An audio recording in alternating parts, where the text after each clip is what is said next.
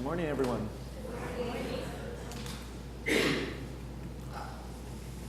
Well, I'd just like to welcome you all to CCUMC.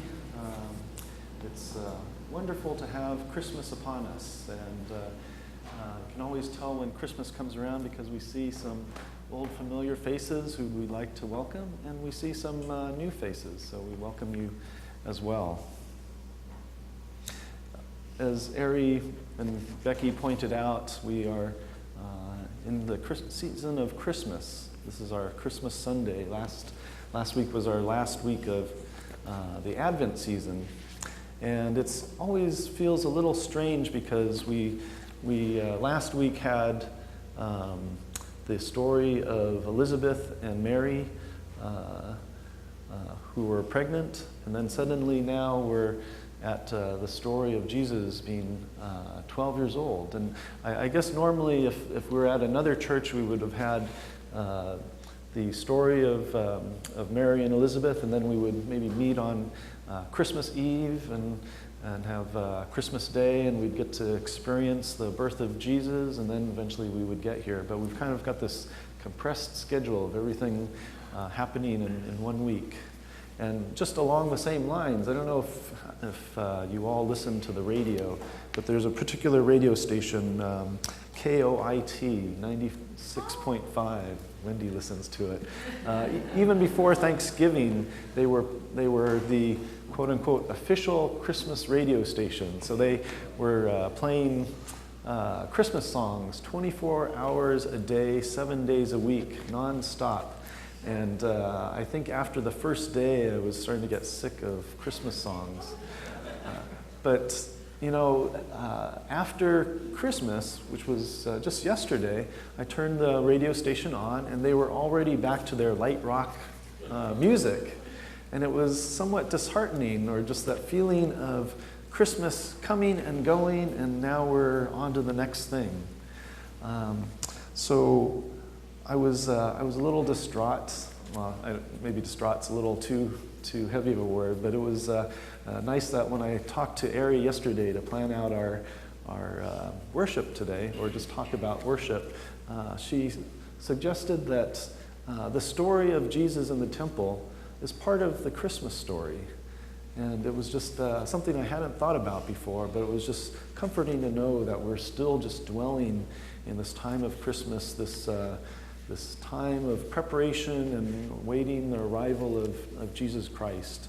And actually, if you think about it, this story ends up being the only story of Jesus' childhood, but it represents at age 12, going on 13, Jesus going into manhood. And so if we think about the arrival of Jesus, it really is, if you think about his birth to becoming a man, this is the point where he arrives. So I'd like us all to just spend some time in this particular passage, particularly since it is such a quick passage till we get to the life of Jesus. And when we go to Luke chapter 2, verse 41 to 52, we find that Jesus and his family are on their way to Jerusalem. They're going for the festival of Passover, and there's actually 3 major festivals in the life of the Jewish community where they go to Jerusalem. Passover, which we're fairly familiar with. The other is the Festival of Feasts, or the Tabernacle. And the last one is the, and maybe Aaron can help me with the pronunciation, Sukkah. Is that right? Sukkoth. Oh, actually, that's the Tabernacles. And the other is the Feast of Weeks, which is Pentecost. So we have this story of Jesus and his family going to the temple, and they're essentially following this strict tradition of the Jewish faith. And I don't know how many of you think about that 3 days that the parents were looking for Jesus after they realized that they had left him in Jerusalem, and how many of us were wondering how in the world could his parents have forgotten Jesus? And since this is the Christmas season, I just thought I would just make reference to that movie Home Alone. Have you guys seen it? This is the story where the boy is with a big family, and the whole family goes on a trip to Paris, and they leave him there by himself. And he goes through these adventures of being on his own. So I kind of get that image of Jesus, not necessarily, well, maybe even home alone in the temple. And I know that's just a fiction story, but it was funny. I was talking to somebody about this movie, and she mentioned that she had actually gone on a family trip back east to visit some relatives, and somehow she ended up in this remote part of the house. And when she came out, everybody was gone. They had left her. So I guess these things may happen. So let's. We're going to spend some time talking about just sitting with this story and talking about Jesus as he's growing up. So let's all pray for a moment.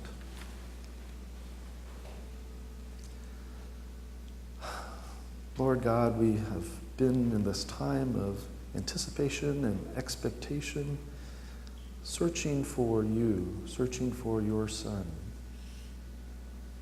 And we give thanks and praise that Jesus was here on earth to be with us, to be a part of us, and to give us hope, love, and to be that guiding beacon that we can look to know how you would like us to live. Amen. I mentioned that this is in this brief span we have Jesus growing up from being a baby to being age 12 and just about to enter manhood. And whenever I think about growing up, I always think of this story. I was with with a friend of mine, and she was introducing me to her 4-year-old niece. And the niece had just had a new baby girl join the family. So you've got the 4-year-old and the little baby girl. And my friend asked the 4-year-old, so how does it feel to be an older sister? And the 4-year-old answered, it's tough. And I guess as we look at our Christian faiths, I would hope that actually we are challenged by that growing up being tough. Life may be easy. It may sometimes be served on a silver platter to some. But growing up, well, that's a different story. Let me all ask you to turn to your Bibles to this passage, Luke 2, verses 41 to 52. And it's on page 59 in the New Testament.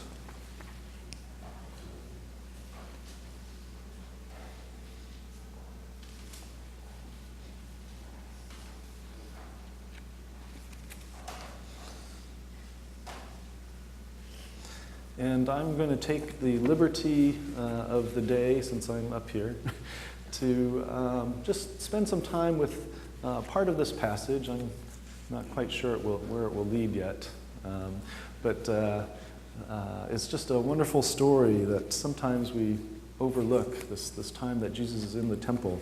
And if you look at verse 46, it says, after 3 days they found him in the temple, sitting among the teachers, listening to them and asking them questions. And so if you can just imagine seeing Jesus in this temple, he's 12 years old, so I don't know how tall 12-year-olds are at that age, but I can just imagine him being in the temple with these teachers around him. And he's asking them questions and giving answers, and they were just all amazed at his understanding.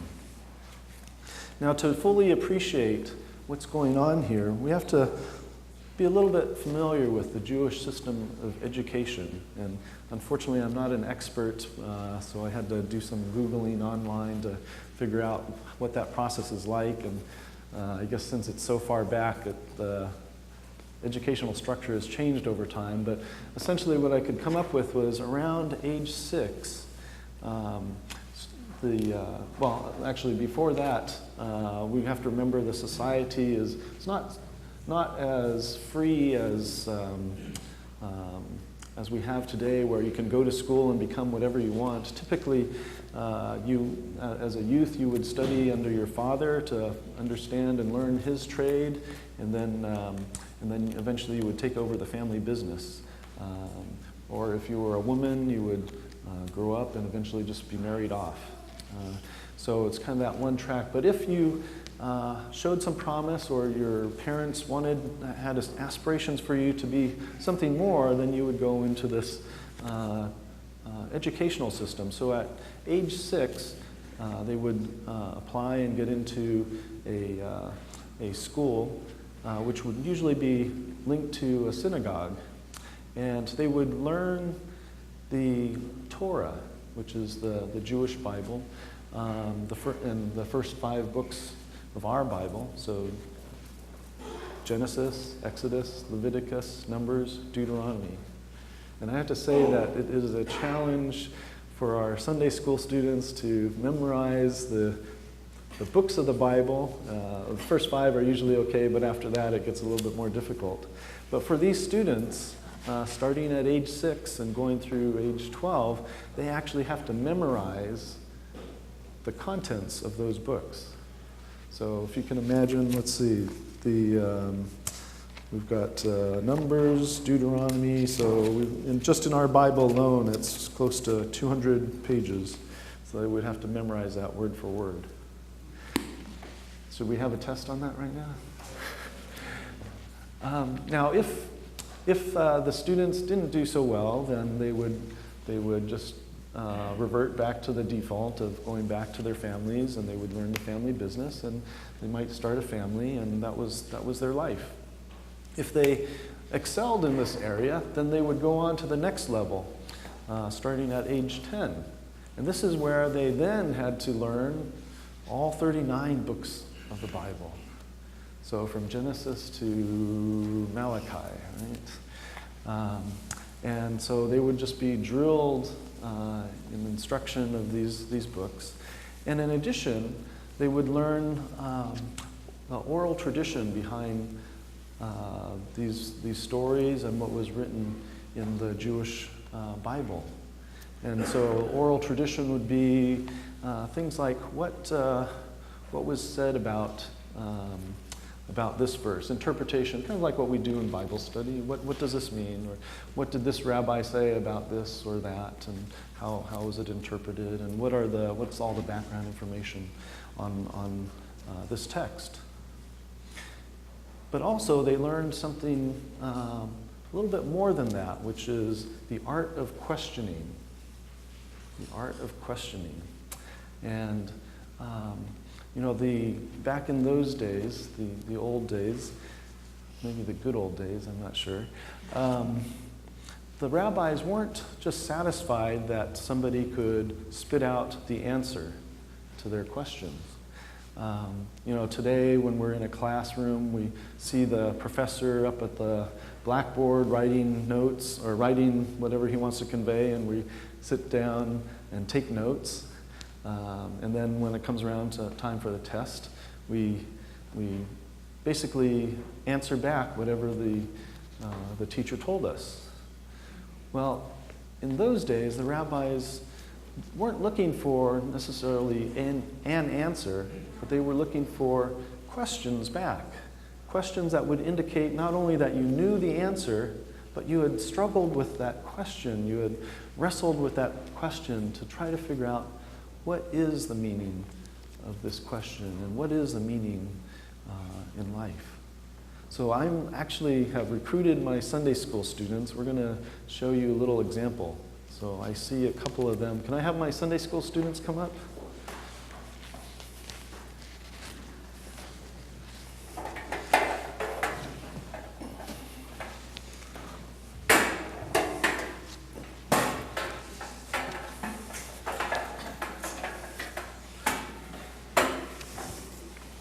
So we practiced this a little bit in our class today. I was trying to share with them what it felt like to be students back then, and we got some good questions going. So as I mentioned, the purpose of asking questions and answering was for all of us, or for them in particular, to really grapple with those questions and think about where does this lead you next? So the question that I asked them, because we're talking about Jesus growing up, was when do you become an adult? And since actually we started off the class, I asked them, do you feel like an adult? And all of us said, no, we don't feel like adults.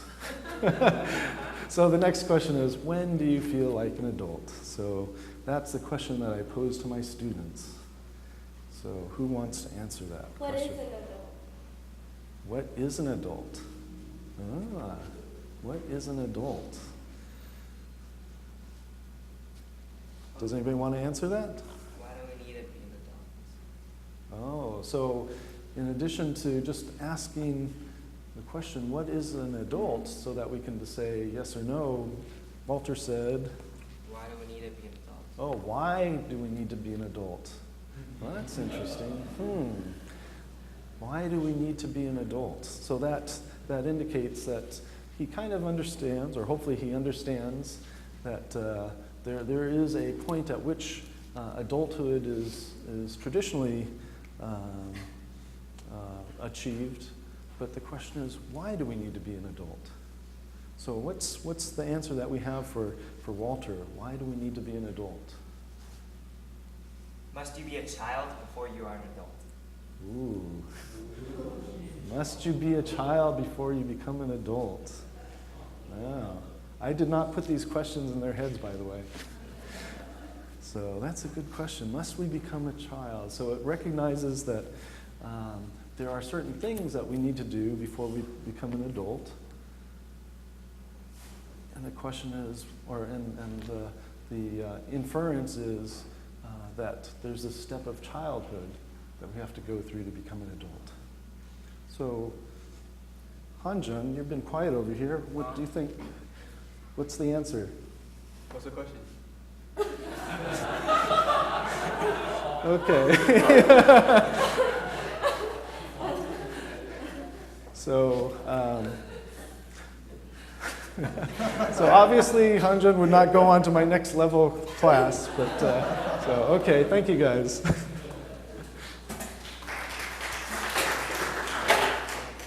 You can just leave it here.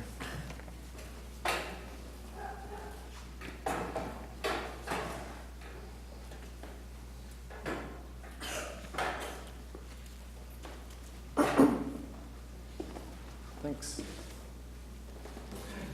So if you can imagine Jesus in the temple with his students asking questions. If you read in verse 46, it says, listening to them and asking them questions.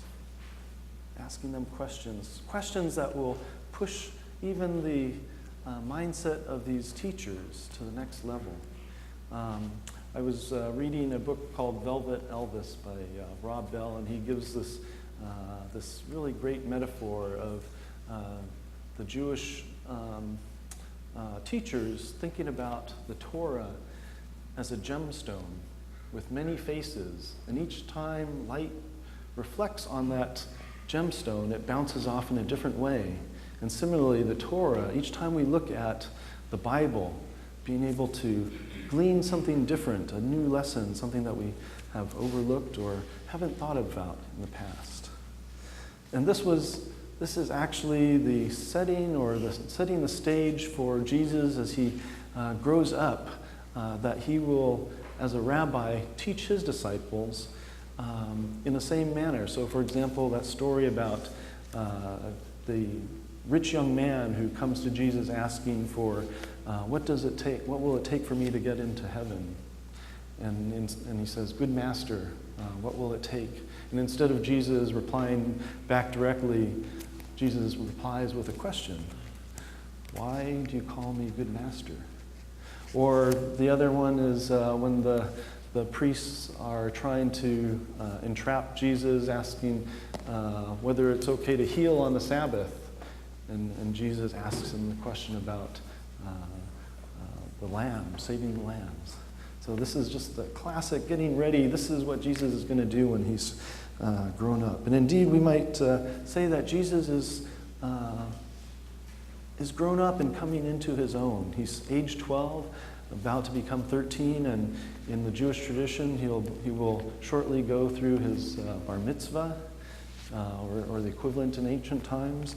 And this is where he transitions from being that child who relies on his parents and his parents are accountable for him, to him making his own decisions and deciding what he needs to do.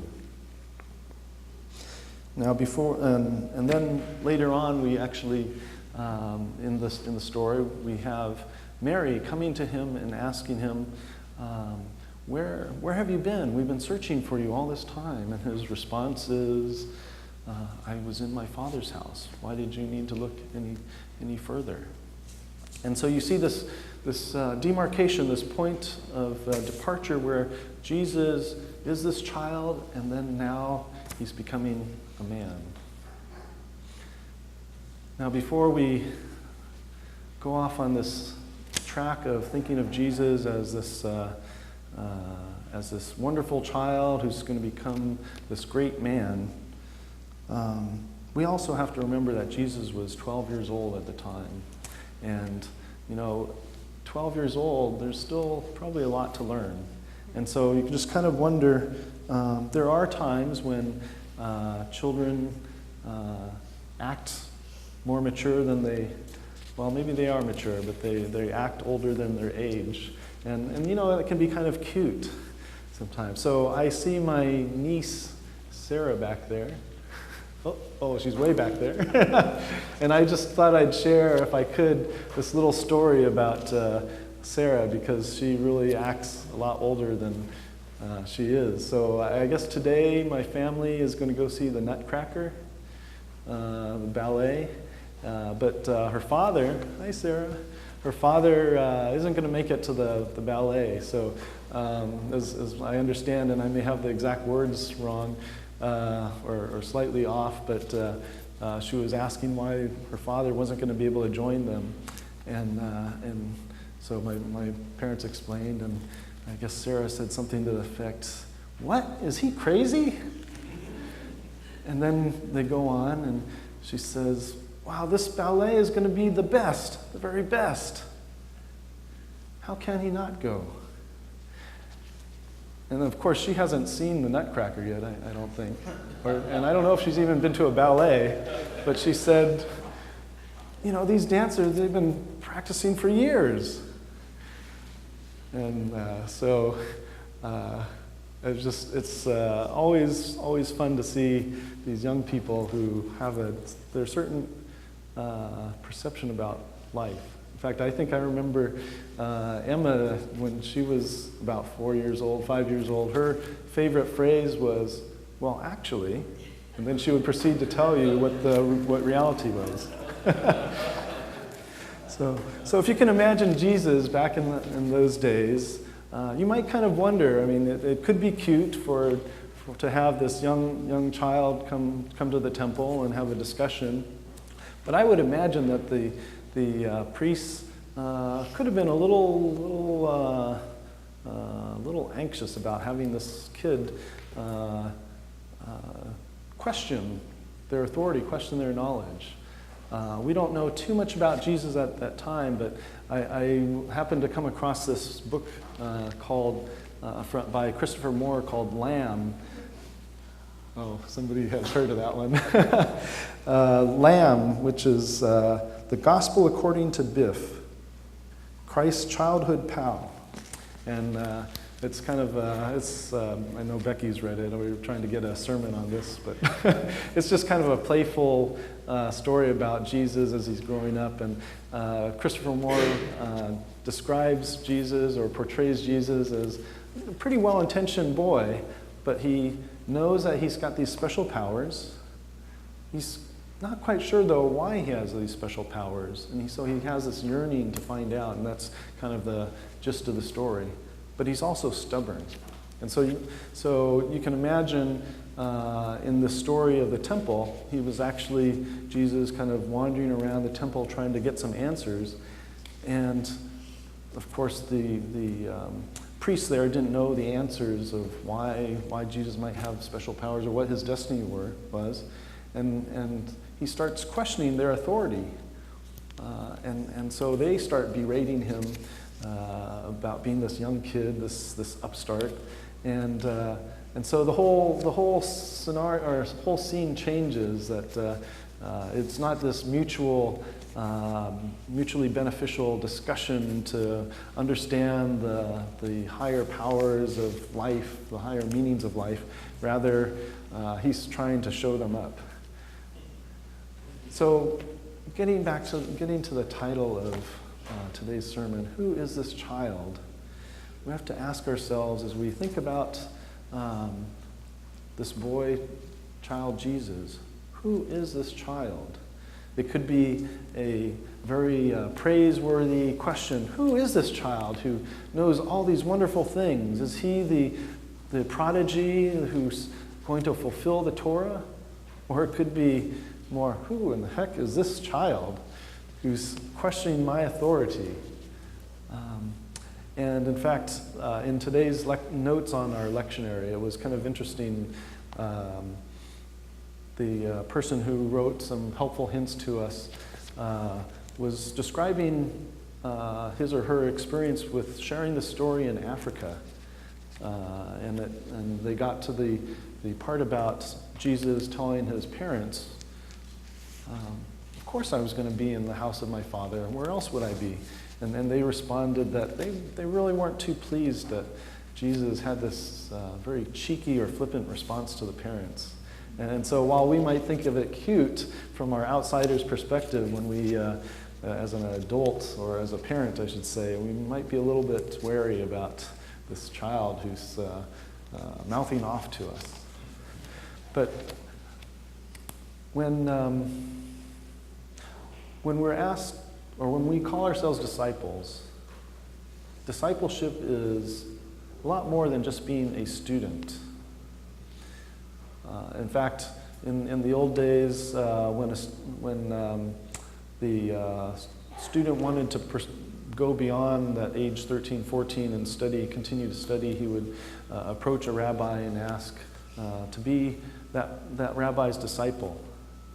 And the rabbi would basically drill that student in all the things that he had learned about the Torah, what the other rabbis had said, the sages and the prophets, and everything that went into their understanding of that text.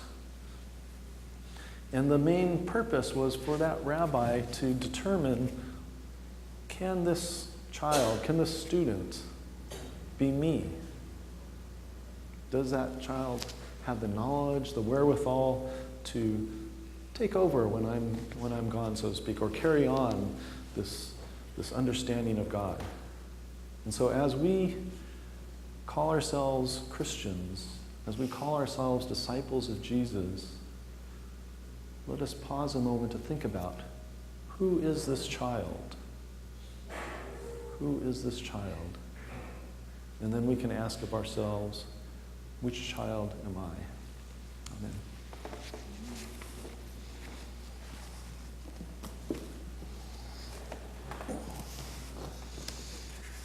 I invite everyone, as we are mulling over that question, to greet one another, look around you, and greet familiar